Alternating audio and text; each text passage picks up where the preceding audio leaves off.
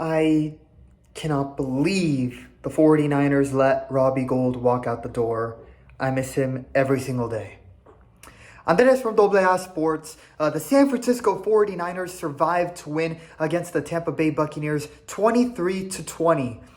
This game was a good example of winning ugly and frankly just surviving the game. The 49ers didn't blow out the Bucs, nor did I entirely expect them to after the Bucs had a really solid performance against the Chiefs. Gotta give them credit there. However, this game should not have come down to the wire like it did. The 49ers special teams really tried to give this game to the Buccaneers. The 49ers offense again struggles in the red zone. Even with McCaffrey, they struggled. But they were still doing good enough to where the team as a whole was putting up what should have been scoring drives in some sort of way, whether it was touchdowns or field goals. The 49ers special teams was the only reason this game was even close. Jacob Cowing muffed a punt because Darrell Luter Jr. couldn't block and was shoved into Cowing, his own teammate. That resulted in a second chance at ball possession where the Bucs got a touchdown, and it gave them life in this game. The 49ers also missed 3 field goals. Yes, 3 field goals, all missed. And that was the boiling point. It was the boiling point for some players on the team. Deebo Samuel Sr. got into it with long snapper Tabor Pepper, and honestly, can you blame Deebo's frustration? Fortunately for the 49ers, they had Brock Purdy, who had an elite performance throwing for over 340 yards. If it wasn't for some of the key passes he made, the 49ers would be 4-5 right now rather than 5-4. But again, they are 5-4 and are still in the hunt for the division title. So, final score, 49ers 23, Bucs 20. Here are the 49ers grades for this game. Quarterback, A+. Purdy carried the 49ers to victory and had an elite game despite the 49ers struggling in the red zone. Brock Purdy threw for 353 yards and 2 touchdowns without turning the ball over and without a strong run game to lean on. He also found a way to lead the team on a game-winning field goal drive with just 41 seconds left. That's an overall excellent performance, and his touchdown throw to George Kittle and his pass to CMC as he was getting hit might have been 2 of his best plays this season. Running backs, B-. With CMC averaging only 3.3 yards per carry, the run game struggled in this game. You got to give credit to the Bucs defensive line as they were very good in stopping the run game. Nevertheless, the running backs were still able to produce, and Christian McCaffrey helped out in the passing game with 6 catches for 68 yards. Jordan Mason only got 1 carry for 5 yards, and really, he wasn't utilized as much in this game. Little surprising given the season he's had. Fullback, C-. Juszczyk had a pretty non-existent game. However, he was open for a couple of passes, but wasn't given the ball. Not sure if it was miscommunication or poor play design, but he was a ghost compared to most of the other players. However, he didn't hurt the team like other players did in this game. We'll get to that shortly. Wide receivers, A. Jawan Jennings was the 49ers' best receiver in this game with 7 catches for 93 yards. Rookie Ricky Pearsall, who was shot just 10 weeks ago, had 4 catches for 73 yards and got his first career touchdown. He is in great and promising form and is an awesome comeback story this season. As for Deebo Samuel, he had 5 catches for 62 yards. One of his receptions was a 32-yard catch. As a receiver, he was good. The 49ers did try to use him as a runner on jet sweeps, but often it didn't age well. He is a receiver and does not fool anyone anymore as a running back. Tight ends, A freaking plus. 3 catches for 57 yards and a touchdown was the total for George Kittle in this game. Surprisingly, he wasn't getting the ball more. So far, he has been the heart and soul of the 49ers offense in the red zone.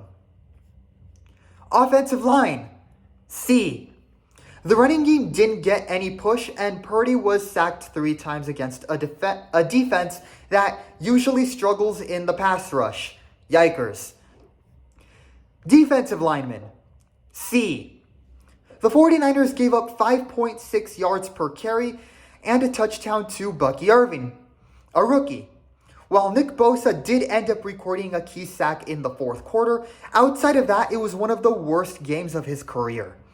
He got stiff-armed by Baker Mayfield and missed that crucial sack on 4th and 7. Granted, maybe he was initially afraid of getting a flag, possible roughing the passer call. However, that wasn't an excuse when Baker stiff-armed him aside. Embarrassing. Linebackers, C. Fred Warner only had 6 tackles, which is lower compared to how he has performed this year. Devondre Campbell had 4 tackles and was a tractor when he was trying to stop the run. The linebackers struggled against the run, but also limited the Buccaneers' number 1 target in Cade Otton to just 35 yards. So they did do some things right. Secondary, A. Charvarius Ward didn't play. And I honestly, in his scenario, I get it. Sadly, during the bye week, we were informed of the devastating news that his daughter passed away. With that, he has been taking some needed personal time off with his family. Just really brutal news and just sad all around. My thoughts and prayers, our thoughts and prayers, go out to him amid this difficult time. Nevertheless, the 49ers remaining defensive backs who were available for this game in Lenore, Green, Mustafa, and crew only gave up 116 passing yards. Granted, the Bucs were missing Mike Evans and Chris Godwin, who will be out for the season with an ankle injury as well. But the 49ers, nevertheless, in the secondary, took care of business with the team they faced on the field. With that, A grade. Special teams, F. A muffed punt and 3 missed field goals. F. Let's see. It is, what time is it? It is currently, how about that? It is exactly 4 p.m. Pacific time as of filming this video. If Jake Moody is not cut from this team and special teams coordinator Brian Schneider isn't fired by Wednesday at noon, I will be disappointed and frustrated with the 49ers front office. This was atrocious.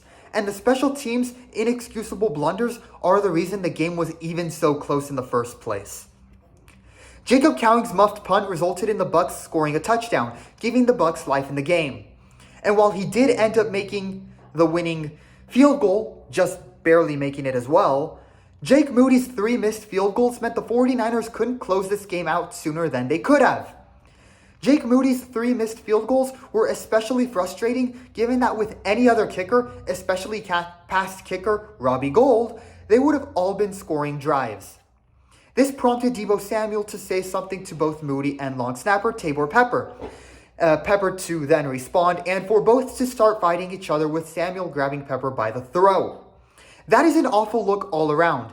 It makes them look like a team that is not tight-knit. This game and kicker Jake Moody's missed field goals is a moment that makes 49ers fans wonder why on earth did we let Robbie Gould walk out? If he is willing to come back for a smaller contract within salary cap space, John Lynch might want to give him a call. If not, cutting Anders Carlson was a mistake and it should have been Moody who was cut. Jake Moody is Cody Parkey 2.0 and it's nothing good. Special teams was the only reason this game was close. If the muffed punt didn't happen and Moody made all of his kicks, this would have been a 32-13 win rather than a stressful 23-20 win. Coaches, C.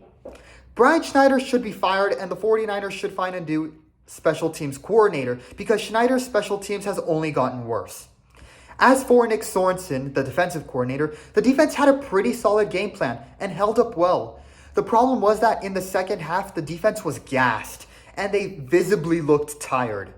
mainly because with special teams not doing well, more burden was placed on the defense.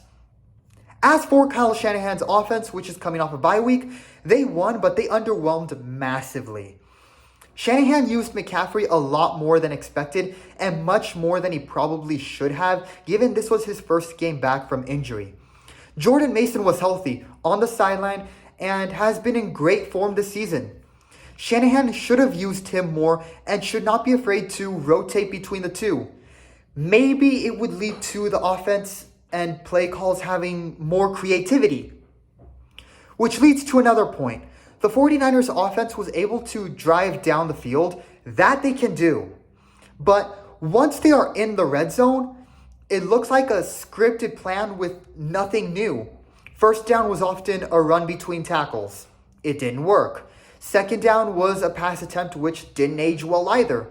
And on third down, it was either a jet sweep in the red zone or a pass that didn't pass the line of scrimmage. It looked like Shanahan was coaching with fear a bit, simply trying not to lose the game rather than take risks to win the game.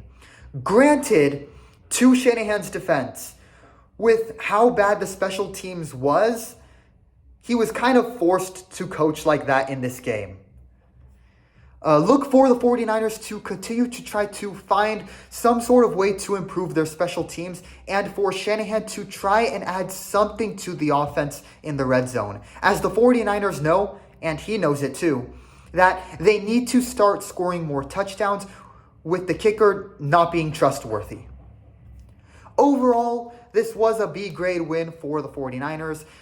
The special teams performance definitely stained the win, and the 49ers are still looking to improve in the red zone. However, Brock Purdy played well and showed, again, that he is not some mid-tier system quarterback. The defensive backs held up against the receivers they faced, and Ricky Pearsall is looking like a promising wide receiver. It might have been close, but as we have seen many times over, a win is a win, and that's all that matters. That is all for me in my performance grades for the 49ers this week. Leave your thoughts in the comments below. Like and subscribe, of course. My goal is to reach 50 to 100 subscribers by the end of the year, so definitely help out with that and hit that subscribe button, as it would support the channel and Sports Passion Project greatly. That is all for me in this one. See you all in the next one.